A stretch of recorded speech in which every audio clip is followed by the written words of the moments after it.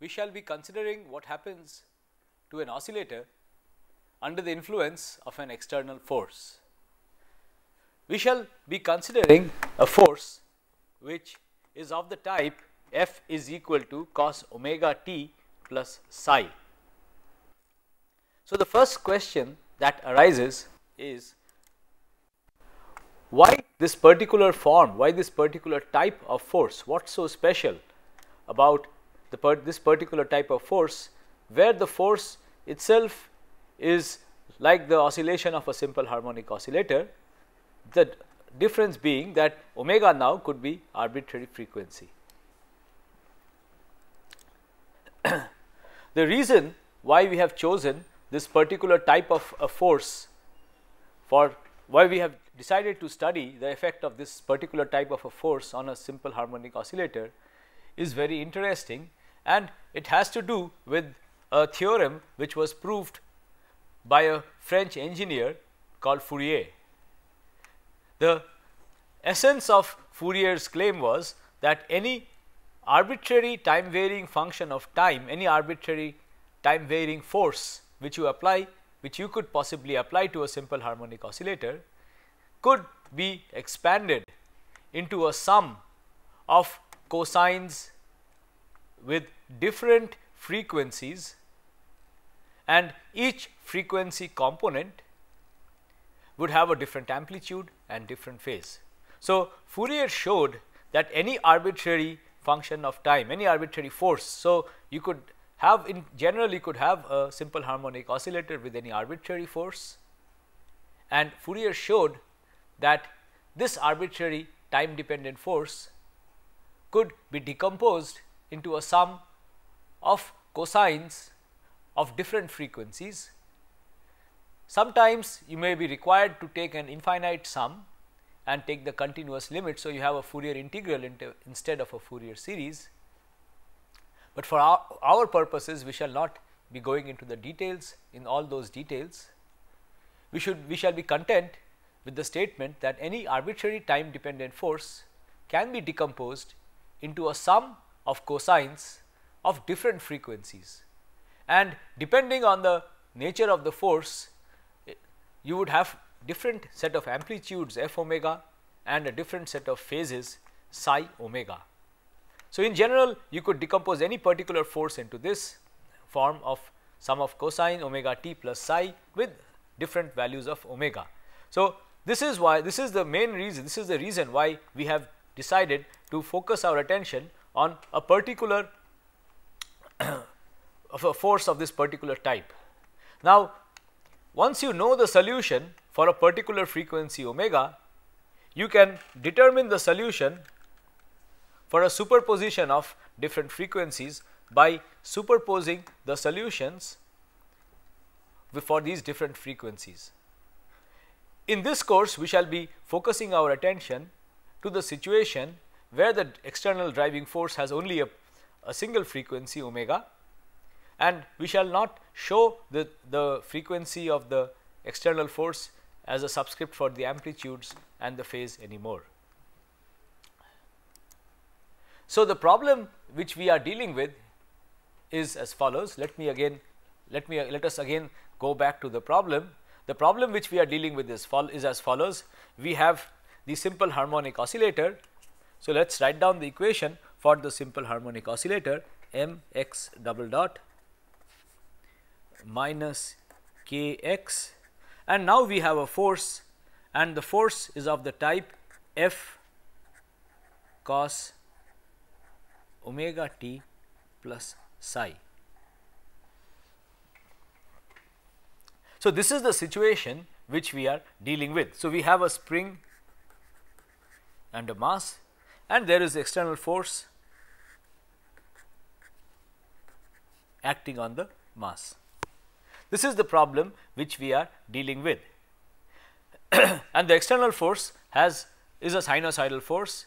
It has a frequency omega, the amplitude of the external force is f, and it has a phase psi. Now, following the notation which we had introduced earlier, we can divide this whole equation by m, and if I divide this whole equation by m, I get x double dot minus k by m, and k by m we had called omega naught square x is equal to f cos omega t plus psi by m. Now, recollect that omega naught square is the natural frequency of the simple harmonic oscillator, and if there was no external force, the simple harmonic oscillator would be oscillating at the frequency omega naught, and we have studied this in considerable detail in the last class. So, this is the equation governing the simple harmonic oscillator in the presence of an external force. The external force is the frequency, angular frequency omega. Now, it is convenient to use the complex notation over here. So, the same equation written in complex notation is what I have shown over here. So, the same equation written, sorry, this should be a plus sign here, that the force is opposing the motion. So, it should be a plus sign here, and the same equation written in complex notation is what I have shown on the screen over here. So, we have x tilde double dot plus omega naught square x tilde, where x tilde are now complex, is a complex variable, the real part of which is the displacement x. Now, let us look at the force.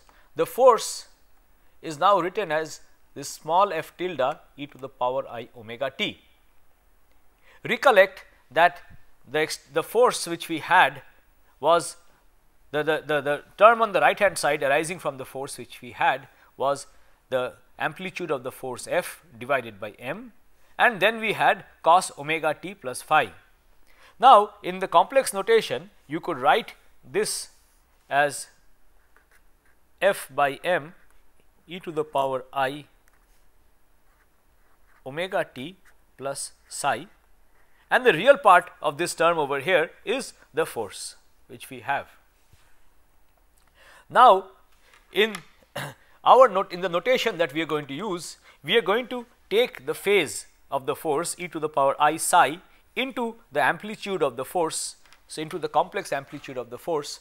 So, we have here the complex amplitude of the force small f tilde, which is capital F, the force, the amplitude, the magnitude of the force divided by the mass into the phase factor e to the power I psi. So, the forcing term in the complex notation is f tilde. Remember, f tilde has both the magnitude of the force divided by the mass, it also has the phase e to the power I psi. So, the external force is now f tilde into e to the power I omega t. It oscillates with the frequency e to the power I omega t. Now, the question is, we have to solve this. What is the solution to this equation? We have to find the solution to this equation. Now, it is well known that differential equations of this type have two kinds of solutions. The first kind of solution is called the complementary function. Let us just recollect what we mean by the complementary function. The complementary function is a solution to only this part of the differential equation.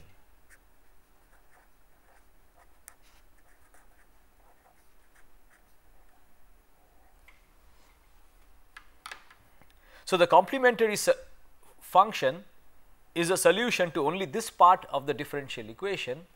The complementary function is a solution to only this part of the differential equation where the external force has been set to 0.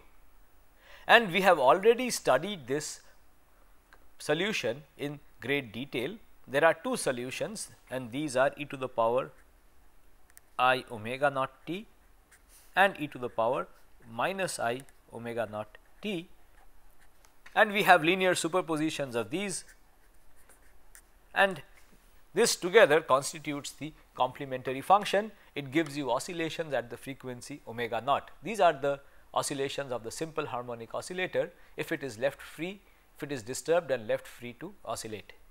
We are not interested in this particular solution in today's lecture. In today's lecture, we are interested in the particular solution, the particular integral the particular integral is the solution, is the part of the solution which also satisfies, takes into account the external force.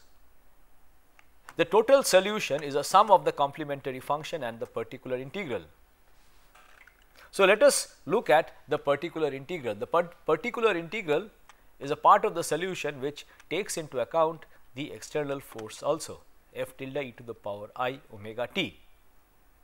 So, we are now looking for a solution to this equation, where the equation has x derivatives of x, the second derivative of x, and the 0th derivative, that is no derivative of x on the left hand side, and it has a function of time e to the power I omega t on the right hand side. The question is, we have to find the function of time x as a function of time which will satisfy this differential equation. Now, if you have to find a the function of time x as a function of time which will satisfy this equation, you can see that x should have the same dependence as the right hand side, time dependence as the right hand side. So, x should depend on e to the power I omega t. So, we take the trial solution x tilde t is equal to some constant b tilde into e to the power I omega t.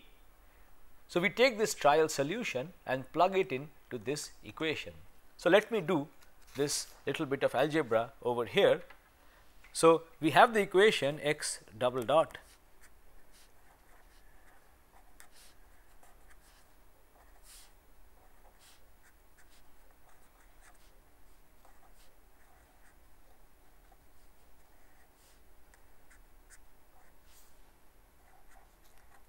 this is the equation which we would like to solve, and we put in a trial solution where x tilde is equal to b e to the power I omega t. Putting this into this equation, so differentiating this twice and then combining it with this term gives me omega square with a minus sign. So, if I differentiate this twice, I get minus omega square. So, from here I get a term which is minus omega square into b e to the power I omega t. From here I will get a term plus omega naught square b, this is b tilde, b is a complex number, I omega t. This is equal to f tilde e to the power I omega t. So, notice that e to the power I omega t cancels out from both the left hand side and the right hand side, it is there on both the sides. So, it cancels out and we are left with an algebraic equation. The algebraic equation essentially gives us the value of b tilde, and if you work out the value of b tilde from this, so you take b tilde common over here. If you take b tilde common, you will have omega naught square minus omega square is equal to f tilde, and then you can divide f tilde by the factor omega naught square minus omega square, and what you get is b tilde is equal to f tilde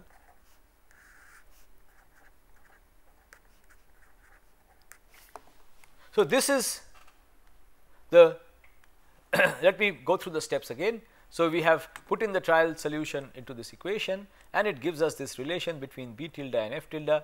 I showed you just now how we get this, and then if you put this back into the expression over here, if you put in the value of b tilde back into the expression over here, it gives you the displacement x tilde, the complex variable x tilde, in terms of the external force f tilde e to the power I omega t, and you see that the complex variable x, the complex displacement x tilde, is equal to the force, external force, divided by omega naught square minus omega square.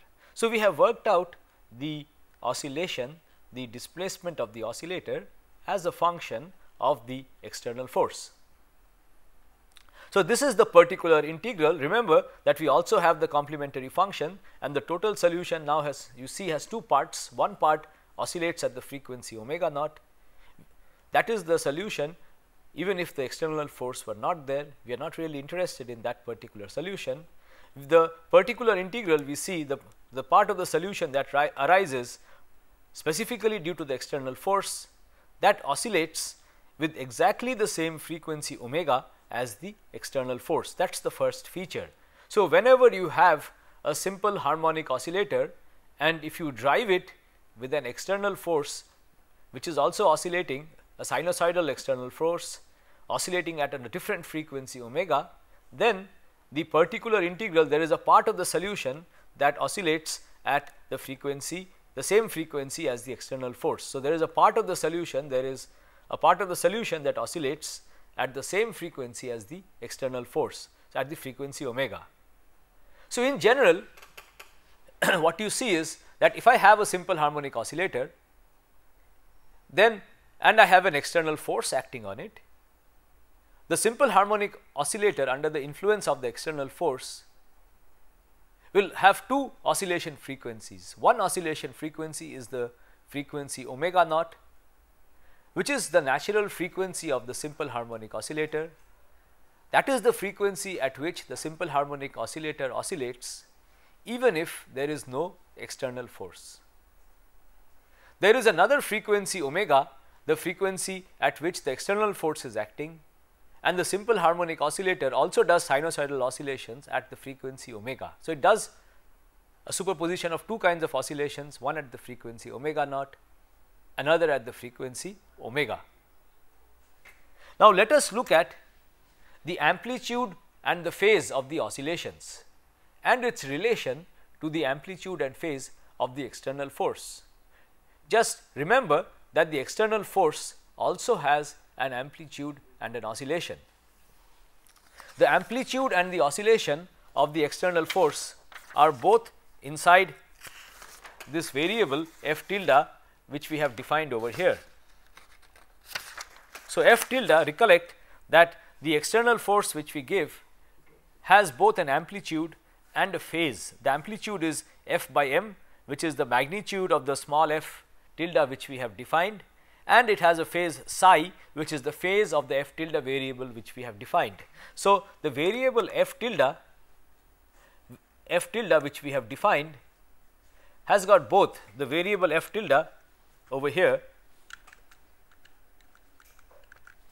has got both the amplitude of the external force, it also has the phase of the external force, and this relation gives us the amplitude and phase of the oscillations relative to the amplitude and phase of the external force. So, now let us study how the amplitude and phase of the oscillation relative to that of the external force behaves if I change the frequency of the oscillation.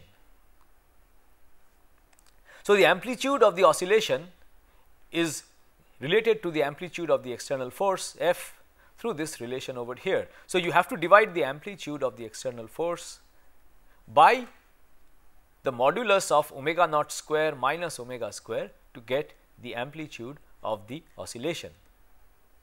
Let us next look at the phase of the amplitude relative to the phase of the phase of the oscillations relative to the phase of the external force.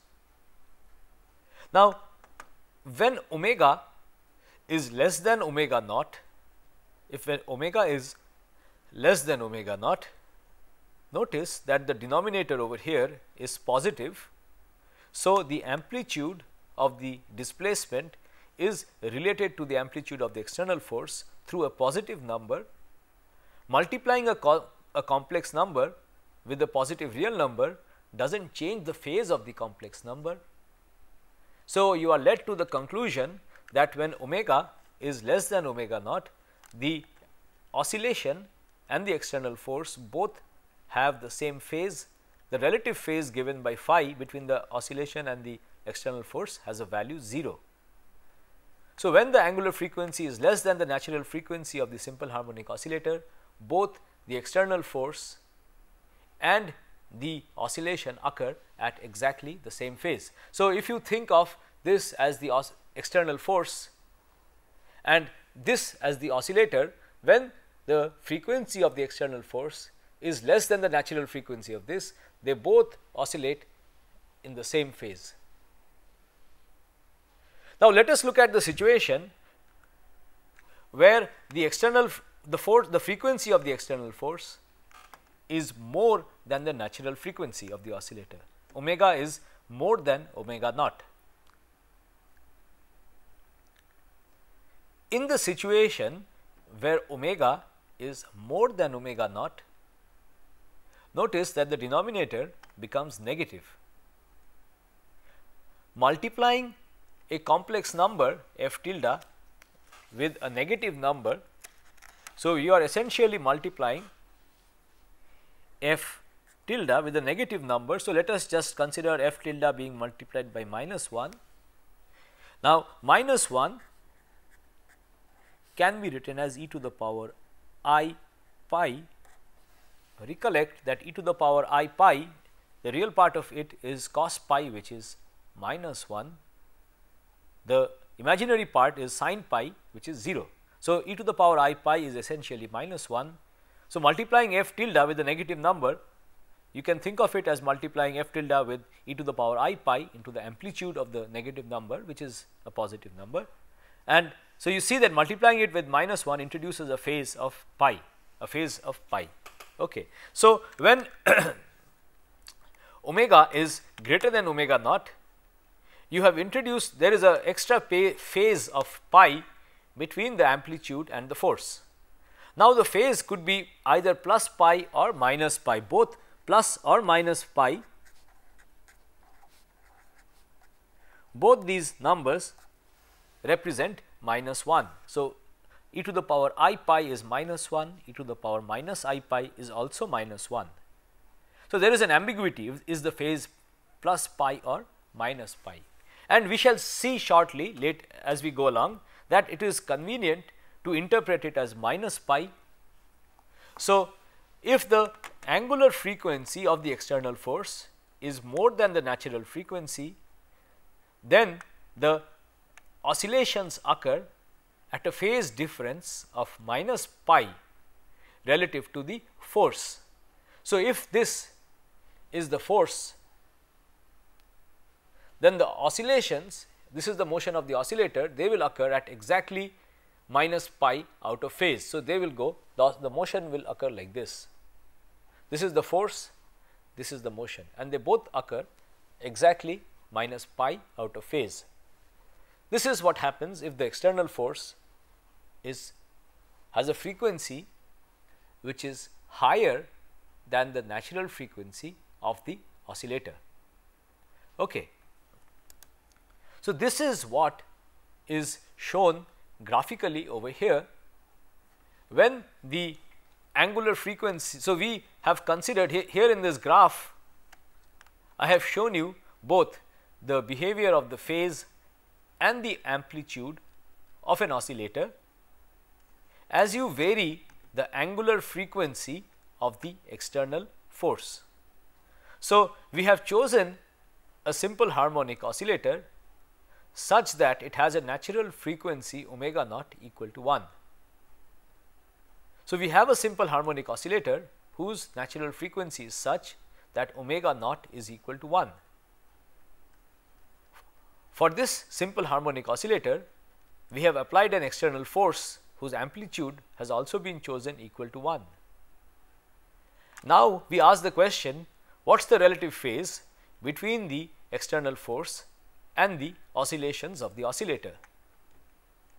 So, this oscillator has a natural frequency omega naught equal to 1.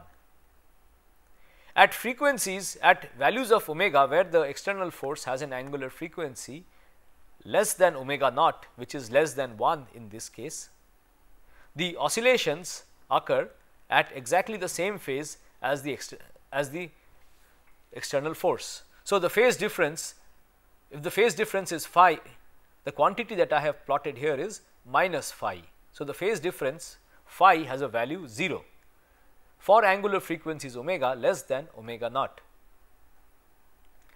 Now, the moment omega crosses omega naught, the phase difference does a jump and it jumps to a value of pi minus pi. So, here I have plotted minus phi. So, minus phi jumps minus the phase difference. So, minus phi jumps from a value 0 at omega naught, omega less than omega naught, to a value pi when omega is more than omega naught.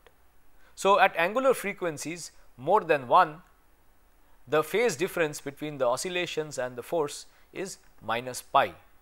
The oscillations lag by pi relative to the force, external force. This shows you what happens to the amplitude. So, let us now look at what happens to the amplitude.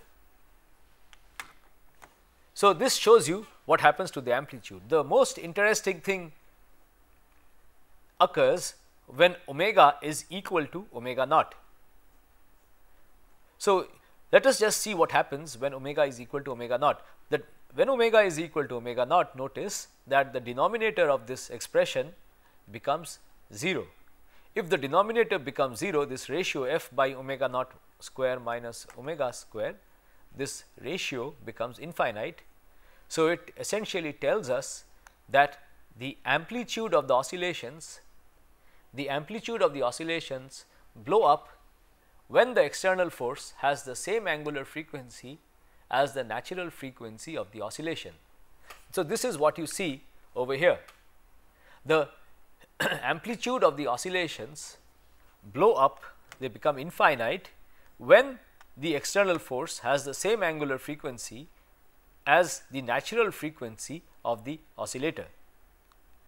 This is the phenomena which is referred to as resonance. The amplitude of the oscillations become extremely large as omega approaches omega naught, and it actually blows up when omega is equal to omega naught. So, the fact that you have very large, if you have a simple harmonic oscillator and you are driving it with an external force, if the external force has a frequency which is comparable to the frequency of the oscillator, you get very large oscillations. This phenomena is what is called the phenomena of resonance. So, if the driving force and the oscillator both have the same frequencies, then you get extremely large oscillations, and this is the phenomena which is referred to as resonance, and this is what is shown in this region of the graph. The amplitude of the oscillations blow up as omega approaches omega naught, as the frequency of the external force approaches the natural frequency, which in this case is 1. The amplitude of the oscillations blow up, and this is the phenomena of resonance. This phenomena is very important in nature, and we shall be discussing it in some detail in the next lectures. Let us now look at the behavior away from resonance. So, there are two regimes which are away from resonance. One regime is the region where omega is much smaller than the resonance frequency omega naught. This is the small omega limit, and the other regime is where omega is much larger than omega naught, very high frequency limit. So, let us first look at the low frequency response of the oscillator. How does the oscillator behave if the driving force is much slower? It has an angular frequency which is much lower than the natural frequency of the oscillator. So, you could think of a situation, for example, where I have, let us say, a building. Now, if you were to disturb the building and leave it, it would vibrate at some frequency, and this frequency would be the natural frequency of the oscillator. Now, consider a situation where there is an earthquake. An earthquake is an external force. You can think of the earthquake as being a periodic external force for our purposes. So, there is an earthquake which gives an external force, and you can think of it as being periodic. If the force is not periodic, you could at least decompose it into different periodic forces, a sum of different periodic forces. So, you can think of a simple harmonic oscillator. It has a natural frequency omega naught.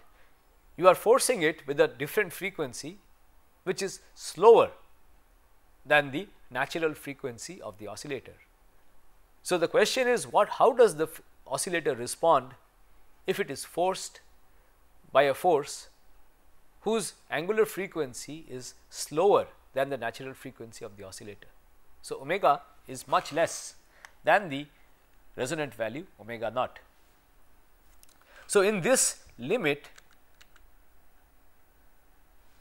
the two oscillations occur in phase, that is the first thing.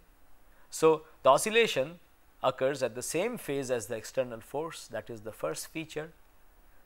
And if you take the limit of very small omega, where omega is very small, you can essentially neglect this term in the relation between the external force and the oscillations.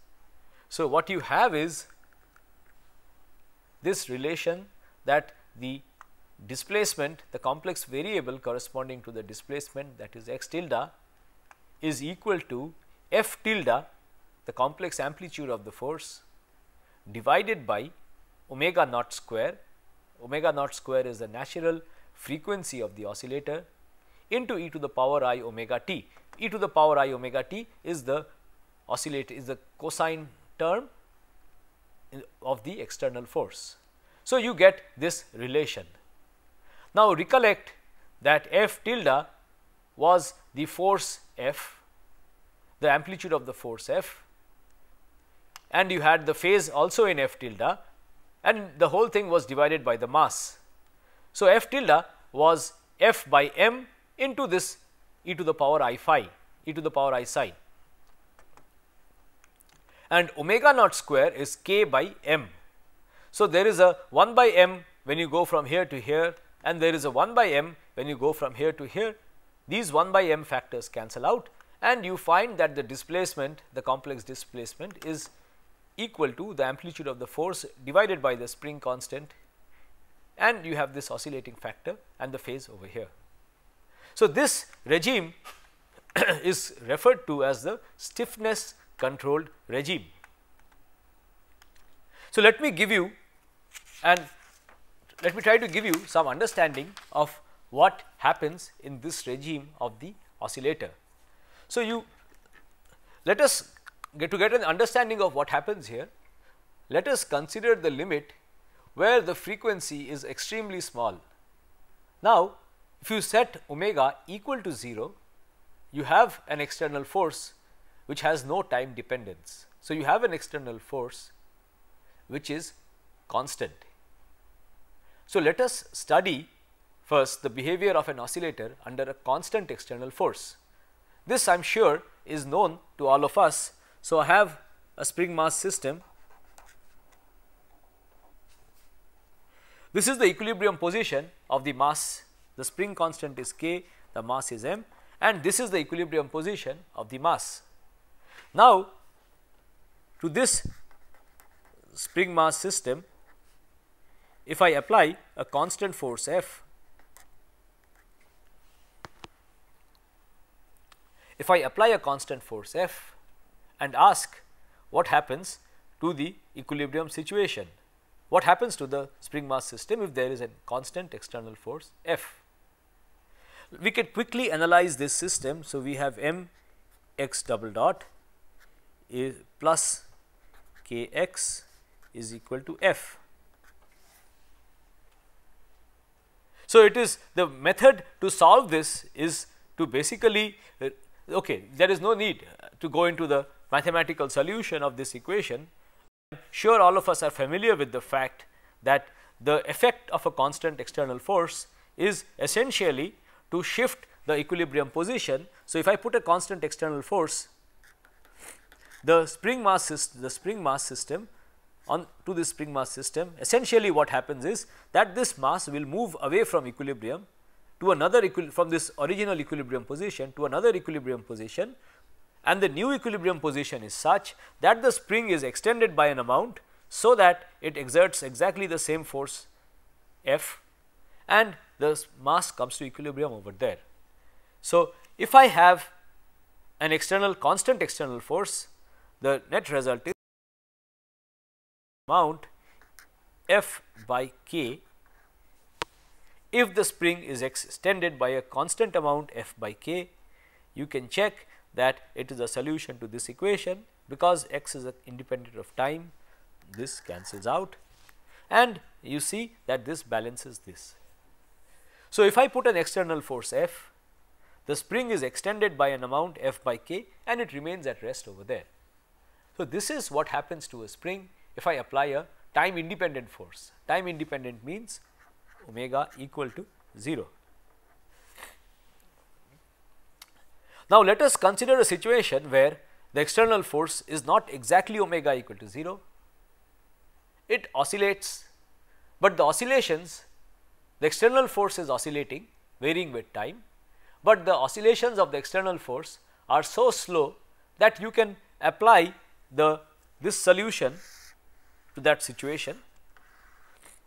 The only difference is that this f itself now varies slowly with time. So, what you have is that x of t is equal to f, and f itself is now f cos omega t plus psi by k. So, as the force changes very slowly, the equilibrium point also changes accordingly and the particle moves to the new equilibrium point. So, this kind of an intuition is applicable if the change in the external force occurs extremely slowly. So, you can think of the particle moving from one equilibrium position to another, to another and to another. So, it moves in exactly the same phase as the external force at the same frequency. The only effect of the external force is that it shifts the equilibrium position of the particle. The particle now displaces to the new equilibrium position. So, this is what happens if the frequency of the external force is much smaller compared to the natural frequency of the oscillator. So, if omega is much less than omega naught, this is the behavior that you get. The particle goes to new equilibrium positions, the particle gets the spring gets extended and the particle goes to new equilibrium positions whose value is determined just by the force. This is called the stiffness controlled regime. Let us now look at the other extreme end of the behavior of the response, which is the situation where omega is much larger than omega naught. What happens when omega is much larger than omega naught? As we have already discussed, there is an extra phase of minus pi between the oscillations and the force. Okay. And in the limit where omega is much greater than omega naught, you can essentially ignore this term. So, what you have is the displacement, the complex variable corresponding to the displacement x tilde is equal to f tilde divided by omega square. There is a minus sign, that is the phase e to the power minus I pi, and you have this e to the power I omega t. Again, putting back the factor of the mass 1 by mass which occurs here and the phase, what you find is that the variable x tilde is related to the amplitude of the force and the phase through the relation given over here. It only depends on 1 by omega square. So, as you keep on increasing the frequency of the external force, the oscillations get smaller and smaller. This regime is called the mass controlled regime. Let us now take a look at this regime and try to get an understanding of what happens in this regime. So, this regime, you get an understanding of what happens in this regime by looking at this particular equation over here. So, you need not bother about the spring at all in this regime. So, you have this equation f cos omega t plus psi or okay. So, in this regime where omega is very large, the external force is oscillating very fast. The oscillation of the external force is so fast that it effectively boils down to the fact that you can ignore the spring. The spring, it occurs much faster than the time scale on which the spring can react. And essentially what happens is that the force due to the spring gets cancelled out, averaged out over the oscillations of the external force. You can essentially ignore the spring and you are left with the equation which you have over here. So, the spring no longer effectively comes into the picture. You have the equation of motion of a free particle under the influence of an external force. The spring is not there, and the solution to this equation, if you put in the trial solution, x t is equal to cos some amplitude a cos omega t plus psi, then this gives you the relation that a is equal to minus f by m, because if you differentiate cosine twice you pick up a minus sign. So, this gives you the relation that this amplitude a over here is equal to minus f by m, which essentially gives you the solution that x of t is equal to minus f by m cos omega t plus psi. So, what we have seen till now is that when you drive a simple harmonic oscillator with an external force which is oscillating with the frequency omega, there are three distinct regimes. One regime is when the angular frequency of the external force corresponds to the angular frequency, the natural angular frequency of the oscillator. This is where you see the phenomena of resonance. You have very large oscillations. This is a phenomena which we shall study in some detail as we go along. Then you have the regime where the external force is much slower than the natural frequency of the oscillator. In this regime, you can think of the whole thing, the whole system, as moving to a new equilibrium under a constant force, and then that constant force varies slowly with time. So, the equilibrium position shifts, and the equilibrium position is determined just by the time by the external force, and the external force is varying. So, the equilibrium position also varies slowly with time. This is the situation where omega is much less than omega naught. And then you have the other extreme where the external force has an angular frequency which is much larger than omega naught, much larger than the resonant frequency. In this regime, you can forget about the spring.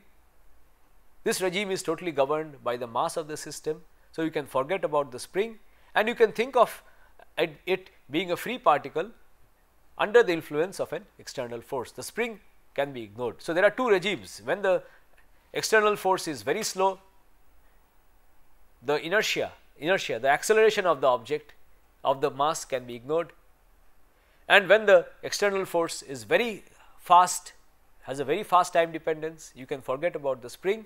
It is only the inertial term, mass into the acceleration, which really comes into the picture. You have these two limits. Let us now consider what happens during resonance. So, you see, if there is no damping, in the absence of damping, if you have a simple harmonic oscillator, and if the external force has the same frequency as the natural frequency of the simple harmonic oscillator, you have an infinite amplitude, infinitely large oscillations. Now, in reality such a thing does not occur. In reality, you always have damping, and damping, as we shall see, produces finite oscillations. So, damping ensures that the oscillations do not become infinitely large. It regulates, it maintains the oscillations at a finite value. So, let us now look at what happens at resonance, and to get finite answers for what happens at resonance, it is essential to consider damping. So, let us put in the damping term and now study what happens to the simple harmonic oscillator if it is driven by an external force. So, we have the good old equation where I have a simple harmonic oscillator with damping. This is the damping term C x dot. This is the mass into acceleration. This is the damping term. This is the effect of the spring, and here we have the external force. The external force has an amplitude f, it is at a phase psi. Now, we can divide this whole equation again by m.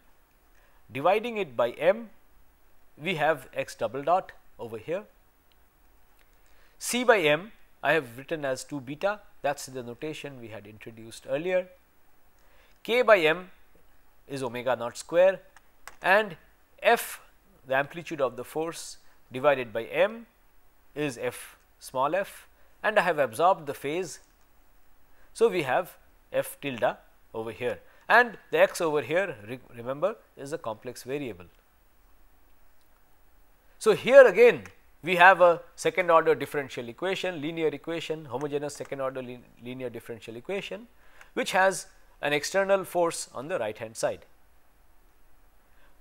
So, as we have discussed earlier, such an equation has two solutions, the solution of this such a differential equation has two parts. The first part is the complementary function. The complementary function is the solution to this equation in the absence of this term over here, in the absence of the external force. And we have seen that the complementary function, we have studied this in the last two lectures, and remember that the complementary function in the case of damped oscillator, the complementary function is a time decaying, a function of time which decays as time increases. So, in all cases for a damped oscillator, the complementary function decays with time. The solution, when there is no external force, decays with time. So, if you have a damped simple harmonic damped oscillator, and if you disturb it and there is no external force, so you have disturbed it and left it, the disturbance slowly decays with time. There we have studied, there were three possible situations. There was the critically damped, the underdamped and the overdamped. For the underdamped oscillator, we had oscillations and the amplitude of the oscillation decayed with time. For overdamped and critically damped, there were no oscillations. So, the oscillations decay with time, with the displacements, the deviations from the equilibrium decay with time. The decay is exponential in both cases. For underdamped, you have oscillations along with the decay. Here you have no oscillations. The crucial point is that if you wish to study the large time behavior of the oscillator, irrespective of whether the oscillator is overdamped or underdamped, the oscillations die away as you go to late times. So, if you put a disturbance at t equal to 0 and observe what happens at late times, these disturbances die away. So, the crux of this whole thing is that the complementary function, the function when this term over here is 0, the complementary function are all transients. These solutions, there are always two complementary functions, these solutions are always transients for a damped oscillator, and at late times these solutions become very small. So, if you wish to study the late time behavior, you have to look at the particular integral alone. There is no need to be concerned about the complementary function. These are transient functions. By transients, we mean things which are short lived, which die away at large times. So, the complementary function, the total solution of this damped simple harmonic oscillator with an external force has two parts, the complementary function and the particular integral. The complementary function, these are transients, you do not have to bother about them if you are looking at the late time behavior. So, let us look at the particular integral. So, let me work out the particular integral for you over here. So, the equation at hand is x double dot plus x tilde double dot plus 2 beta x tilde dot. This is the acceleration, this is the damping term, and then we have the spring omega naught square x tilde. This is equal to f tilde e to the power I omega t. I shall not be referring to the tildes explicitly anymore, assume it is always there. Now, we need to find the particular solution, particular integral of this equation. So, we have to find a function of time x as a function of time which will satisfy this equation. The right hand side note is e to the power omega I omega t. So, if you wish to find a solution, then you should choose x also to be some coefficient b into e to the power the same time dependence as the right hand side. It is only then that these two can match. So, if we take this kind of a trial solution and put it into this equation, the first term over here gives us minus omega square, the second term over here gives us plus 2 beta, and if I differentiate this once, I will get a factor of I omega, and here I do not have to differentiate it at all. So, I will have the factor of omega naught square. This whole thing will multiply b e to the power I omega t, and this is equal to b tilde, this should be a b tilde over here.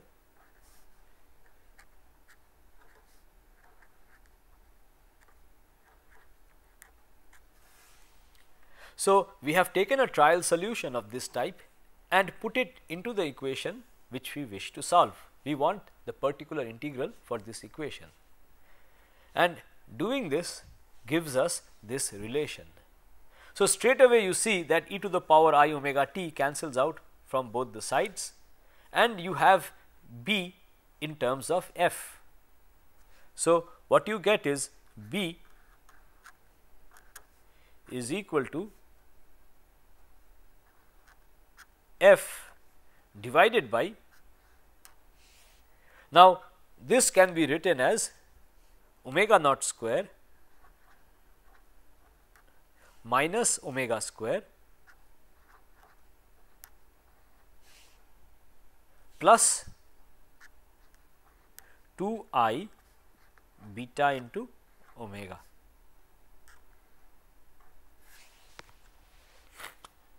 Now, if you put this back into the trial solution, you are led to this expression for the displacement x as a function and the amplitude of the oscillation f, and you have this solution for the displacement x as a function of time. It is f divided by omega naught square minus omega square plus 2 beta I omega e to the power I omega t. So, you have this extra term because of the damping. This term does not arise when you do not have damping. Damping, the role of damping is that you have this extra term which comes about. Now, you can also write this relation between the external force F and the displacement x as in terms of an amplitude and a phase e to the power I phi. So, this amplitude is essentially the amplitude of this factor over here, and this phase is the phase of this factor over here. So, let us now analyze the relation between the displacement and the external force in some more detail. The first point to note is, if you consider the very low frequency regime, that is omega is much smaller than omega naught, much smaller than the the natural frequency of the oscillation. So, you are away from resonance and you would like to study this regime of the oscillator in the presence of damping. So, let us study the oscillator in the low frequency regime of damping, which I just showed you. Now, when you take the limit of omega going to 0, the dominant term over here, the dominant term that remains is f tilde divided by omega naught square, and you have e to the power I omega t here, which is exactly the same as when you have no damping. So, damping does not make any difference to the low frequency, the low omega behavior. The behavior at angular frequencies much smaller than the resonance value, there is no difference which is caused by damping. So, the intuition which we had developed earlier in that regime still holds even if you introduce damping. Similarly, if you consider the other extreme where you have very large omega, again note that for very large omega, if you take the limit of very large omega where omega is much larger than omega naught, again note that the leading order term now, this term is much more than this, it is also much larger than this. Omega, for large omega, omega square is much larger than any term proportional to omega. So, in the limit when omega is much larger than the resonant frequency omega naught, you have x is equal to minus f divided by omega square e to the power I omega t. So, in the two extreme cases, in these two limits, in the low angular frequency limit where omega is much smaller than omega naught, or in the very high angular frequency limit where omega is much larger than omega naught, the role of damping is there is no difference that is caused by damping. So, this kind of a solution over here and over here remains unchanged whether you have damping or not. Damping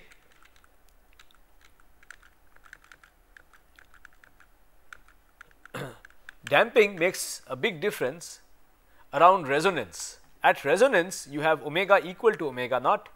So, at resonance, in the absence of damping, you had infinity in the denominator, you had 0 at the denominator, and the displacements become infinite.